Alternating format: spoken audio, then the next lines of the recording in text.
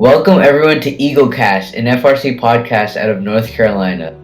This is Ep.2 and I'm your host, Tejas Kakade.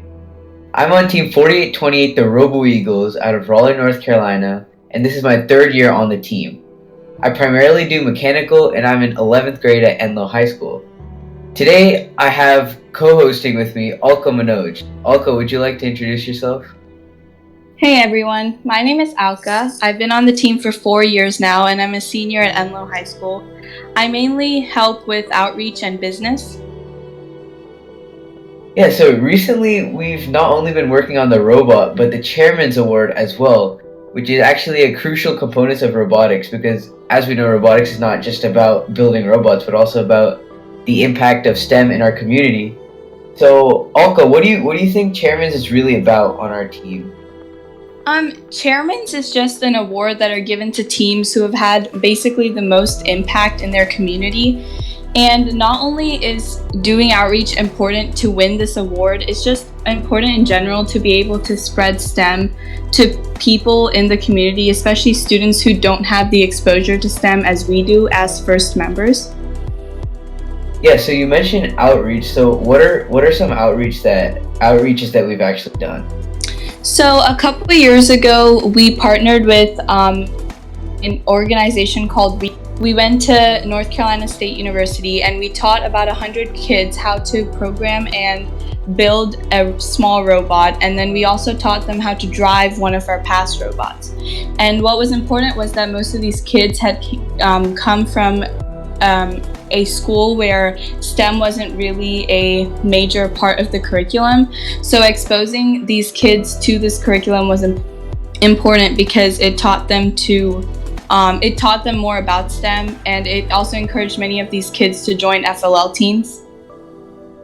Yeah, and I definitely know that we also have a bunch of FLL teams. We have around 19 FLL teams that we mentor as an FRC team.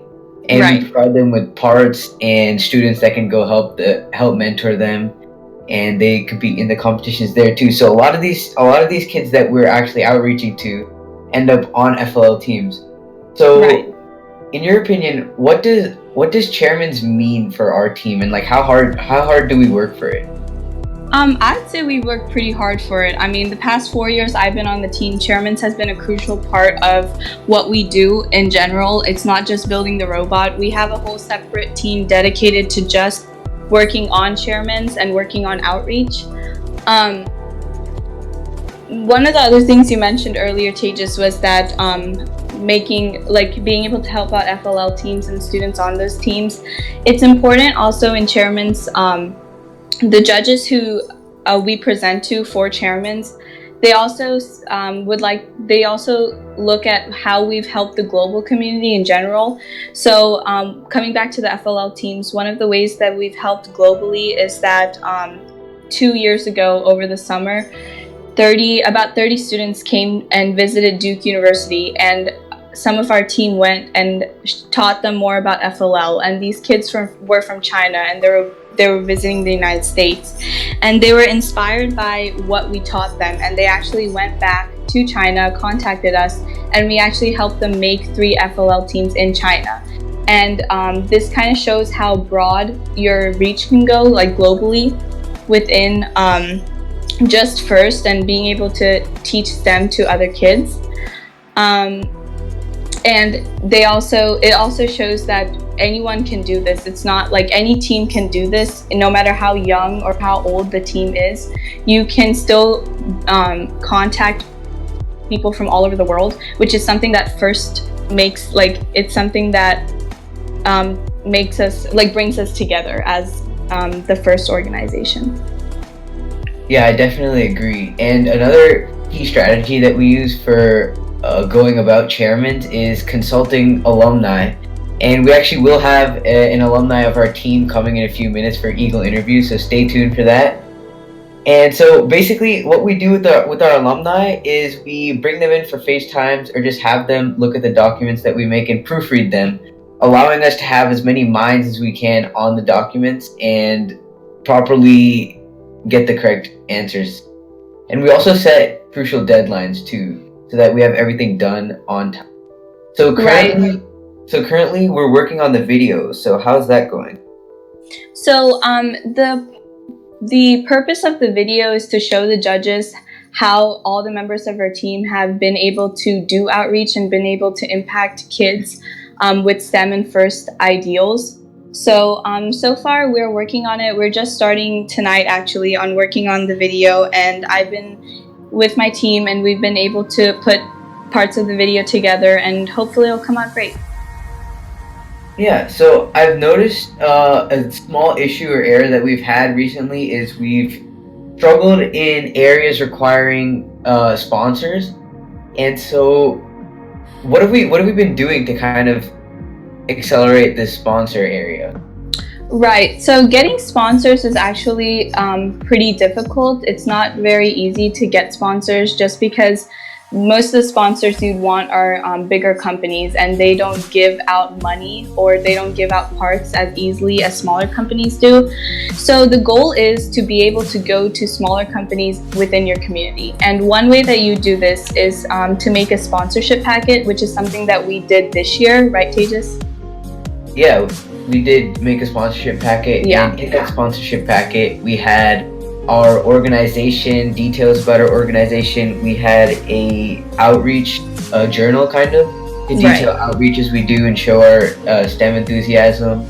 We also showed them different levels of sponsorship or donations they could apply for, and we had a form at the end that they could fill out if they wanted to.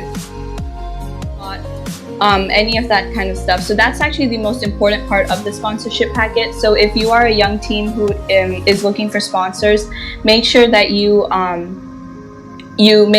talk about how you would use the money or the materials that a sponsor would give you. Yeah, and definitely make sure to include pictures in that packet too. Now, we also use a strategy of driving out to different companies in our local area. And one of these companies that we drove out to was Target, who actually ended up giving us a $100 gift card upon seeing that we were a 501c3 and noticing our intentions with the money. So driving at the company is definitely a good idea when looking for donations, and you can also always apply for grants or different sponsorship opportunities online. So, personally going to these companies and giving them your sponsorship packet shows them that you're invested in the team and you're invested in the money or materials that they could potentially give you. So physically going out and talking to the managers of these companies is actually a really great idea. I definitely agree. So now we're going to move into our Eagle interview segment. How this works is every week on the podcast, we will be interviewing a different Robo Eagles team member. And today we actually have an alumni, Shubham Mathur. Shubham, would you like to introduce yourself? Yeah, hey everyone, my name is Shubham Mathur. I was in the Robo Eagles until last year. Last year was my senior year, and now I'm a freshman at Cornell University. 4 years, all 4 years in high school on the team, and primarily I was a mechanical worker, but I tried to move around and get some experience in everything I could. Yeah, definitely. Thanks for coming out today. So, how has the Chairman's Award process changed over the years? I think the Chairman's Award is actually very interesting in that it changes for each team individually. I say this because the way that the FRC competition is set up, teams that have been active for under 5 years are eligible to win a different award called the Engineering Inspiration Award. And what that does is essentially it's a mini chairman's version where you get points with the judges for pretty much the same things, right? Your outreach events, your community impact, etc. But you can only win the Engineering Inspiration Award if you've been a team for less than 5 years. Yeah. Our team, until my sophomore year, in the 2016 season, that was the last year, I believe, that we were eligible for the Engineering Inspiration Award, which meant that year was the last year before we entered like the Chairman's Award competition, right? Like the big leagues. Yeah. And the reason I say it changes is because every year teams have to come up with ways of supporting the outreaches that they've been doing, as well as coming up with new ones, because is an award that's awarded to the team that's like the best, right? They have to have a good robot, they have to have good outreach, they have to have good community impact. They have to be a good team hitting on all cylinders, and that usually doesn't happen for a team until their 5th year, generally speaking. And that's when they've sort of become, that they have a shot at the Chairman's Award. And that's why I would say that the award itself hasn't really changed all that much, just the competition. Yeah, so given that the competition is getting more rigorous now, how do you think our team's or this team's desire to win chairmans has changed since you joined the team in your freshman? It's definitely changed because now the Robo Eagles should know that they have to continue all the outreaches from before. They can no longer say that, oh, we're a pretty new team, we could pick something up, let it go and pick something new up. Because when you're a new team, it's also very easy to make promises for what you'll do about the future. But once you've crossed that 5-year mark, once you're in like direct competition for the Chairman's Award, it's a little more high stakes because you have to come through on those promises. And I think that fantastic job of maintaining that motivation, which is why I hope that regardless of whether or not they win the award, they feel like they gave it their all. Right. Yeah. So, Shubham, you stated earlier that most of the teams who participate in chairmans are 5 years and older. And so most of the teams that I've seen in my last 4 years who have won chairmans have been older, more experienced teams. I'd say like older than maybe 7 years.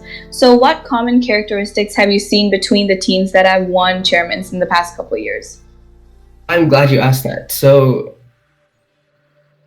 the way I've seen it is first gives you a structure that is so easy to utilize outside, which is why if you look at the past chairman winners from North Carolina especially, you'll notice that not only are they making impacts like nationwide, they're making impacts worldwide, just like how you guys did with the Duke FLL teams. And this is possible because of FLL. In my opinion, FLL is one of the biggest things that's contributed to this, because as a high schooler, it can be quite difficult to make an impact overseas, right? Because you're in high school. But with FLL, you're given this kit and you're given this game board and you're given this competition that you can lead students to, right? And so as high schoolers, it becomes infinitely more possible to make an impact like across the world in countries like China or India. And the teams that are doing this are the ones that are winning chairmans. They're the ones that are starting like FLL teams worldwide.